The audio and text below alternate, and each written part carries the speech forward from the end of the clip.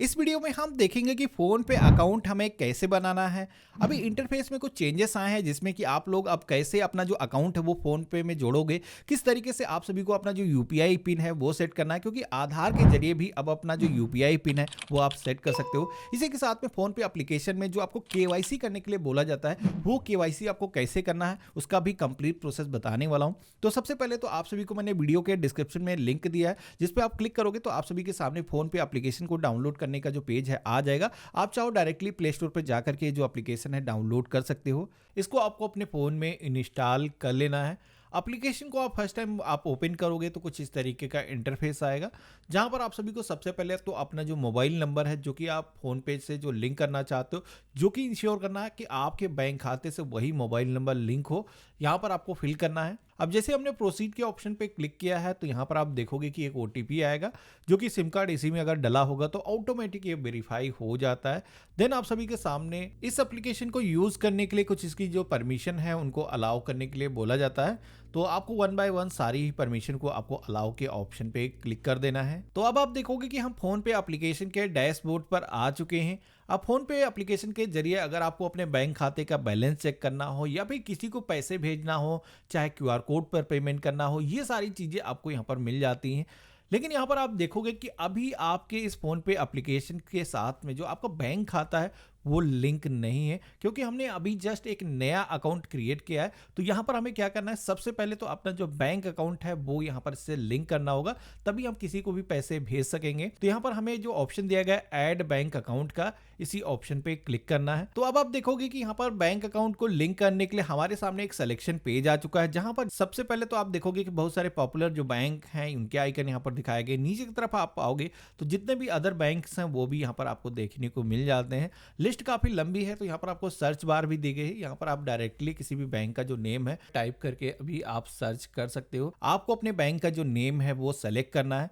जैसे आप सेलेक्ट करोगे तो ऑटोमेटिक यहाँ पर ये जो अकाउंट है वेरीफाई करने के लिए आप देखोगे कि मैसेज एक सेंड हो रहा है, और यहाँ पर आप देखोगे कि हमारा जो बैंक अकाउंट है वो वेरीफाई होकर के हमारे सामने आ चुका है। हमारी ब्रांच का जो नेम है वो भी हमें देखने को मिल जाता है। इसी के साथ में आप देखोगे कि एक जो यूपीआई आईडी है वो भी यहाँ पर ऑटोमेटिक क्रिएट होकर के आ चुकी है, जो कि अगर आप एडिट करना चाहो, अपने मन के मुताबिक कोई भी यूपीआई आईडी रखना चाहो, चेंज करना चाहो, तो यहाँ पर एडिट के ऑप्शन पे क्लिक करके अपनी जो यूपीआई आईडी है उसको आप चेंज कर सकते हो।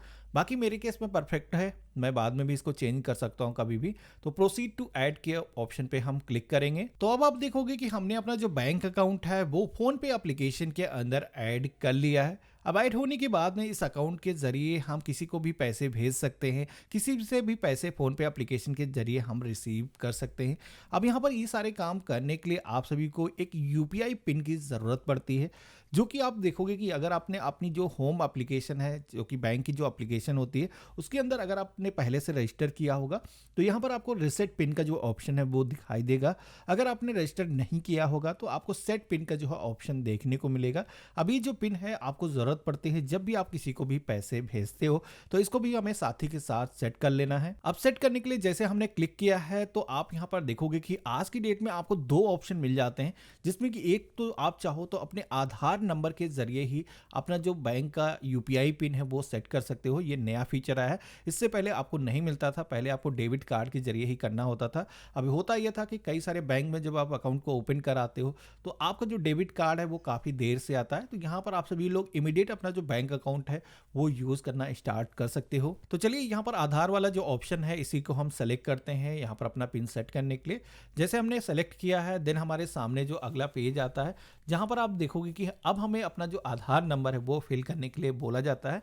तो यहाँ पर अपना आधार नंबर के 6 डिजिट आपको फिल करने हैं फर्स्ट। फिल करने के बाद में आप सभी लोग प्रोसीड के ऑप्शन पे क्लिक करोगे। देन यहाँ पर आप देखोगे कि वेरिफिकेशन स्टार्ट हो चुका है। फ्यू सेकंड यहाँ पर आप वेट करोगे तो आप सभी के सामने आपका जो यूपीआई पिन है वो सेट करने के लिए बोला जाता है, जिसमें कि आप सभी के मोबाइल फ़ोन पर एक ओटीपी भी सेंड किया जाता है, जो ओटीपी आप सभी को यहाँ पर फिल करना होगा। इसी के साथ में आप सभी को एक अपना यूपीआई पिन सेट करना होगा। अब ये जो यूपीआई पिन है बैंक टू बैंक वेरी करता है। अगर आपका जो बैंक खाता है आईसीआईसीआई बैंक के अंदर है तो आपको केवल 4 डिजिट का जो यूपीआई पिन है वो सेट करना होता है। वहीं अगर आप सभी का जो बैंक खाता है पीएनबी में है या फिर एसबीआई में है तो आप सभी को अपना जो पिन है वो 6 डिजिट का सेट करना होता है, जो कि आप अपने मर्जी का कोई भी पिन यहाँ पर सेट कर सकते हो। इसको आपको गोपनीय रखना है, किसी के साथ में शेयर नहीं करना है। ये जो पिन है जब भी आप फिल करोगे तभी आप अपना जो पेमेंट है वो कर पाओगे। तो यहाँ पर ये आप देखोगे कि मैंने पिन सेट करने के लिए फिल किया है, सबमिट किया है। तो यहाँ पर पिन को वेरीफाई करने के लिए अगेन यहाँ पर आप सभी से पिन को फिल करने के लिए बोला जाता है। तो यहाँ पर फिल करने के बाद में आप सबमिट करोगे तो यहाँ पर आप देखोगे कि हमारा जो यूपीआई पिन है वो भी सेट हो चुका है।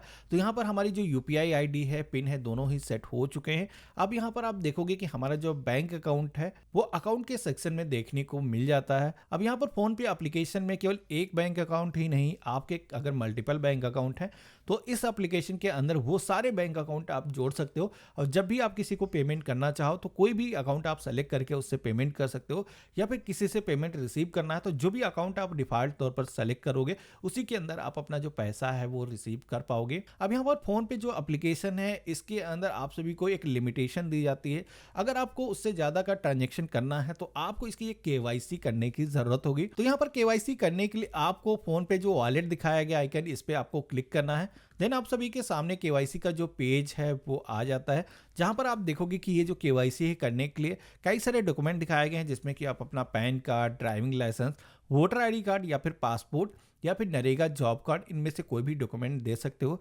तो चलिए, हमारे लिए सबसे आसान जो तरीका है वो है पैन कार्ड। हम पैन कार्ड का जो ऑप्शन है सेलेक्ट करते हैं और यहाँ पर अपना पैन नंबर हमें फिल करना है और पैन होल्डर नेम के सेक्शन में अपना जो नेम है वो फिल करना है।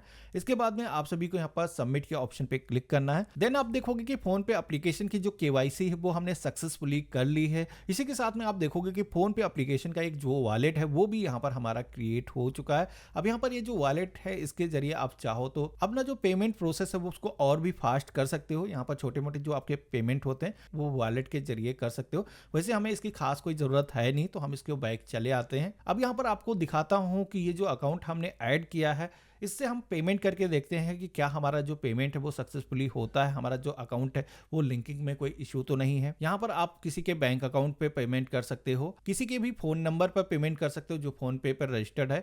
इसी के साथ में आपको क्यूआर कोड का ऑप्शन दिया गया है, जैसे कि किसी भी मर्चेंट की शॉप पर कुछ भी परचेस करते हो तो यहाँ पर क्यूआर कोड का जो ऑप्शन दिया गया है इसको स्कैन करके भी आप पेमेंट कर सकते हो। तो यहाँ पर पे करने के लिए जैसे हमने सेलेक्ट किया है, सबसे पहले तो अमाउंट पूछा जाता है, जितना भी अमाउंट आपको पे करना है। जैसे कि एग्जाम्पल के लिए 2 रुपये हम एंटर कर देते हैं और जैसे पे के ऑप्शन पे क्लिक करेंगे अकाउंट सेलेक्ट करने के लिए बोला जाएगा। तो यहाँ पर जो भी अकाउंट से आपको पेमेंट करना है सेलेक्ट करना है और पे के ऑप्शन पे क्लिक करना है।